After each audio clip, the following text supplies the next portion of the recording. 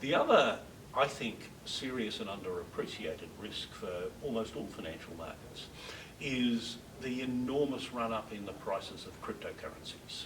I'm not a complete skeptic about cryptocurrencies. They have a place in the global financial system, and some of the underlying technology is incredibly inventive and will have potential multiple uses. I think it's possible that central banks will introduce their own versions of digital currencies. Unlike gold, shares, cash, bonds, cryptocurrencies have no intrinsic value. They're only worth what people think they are worth.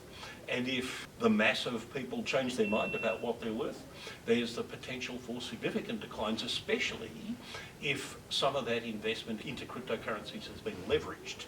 And what we know when there is a meltdown in a market where there's been a lot of leveraged investment and where people have to scramble to pay back the money they've borrowed, is that in those circumstances people don't sell what they should, they sell what they can.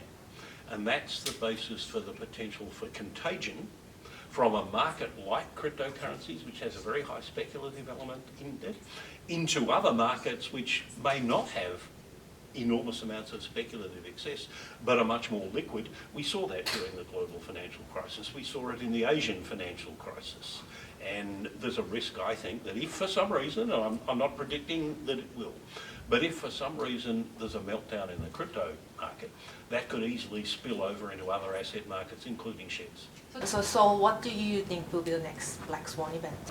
It's very difficult to say that in advance, of course, because it's inherent in the nature of black swans that people don't see them coming. But if I had to compile a list of things that could constitute a black swan event with the benefit of hindsight, a meltdown in crypto would be one of them.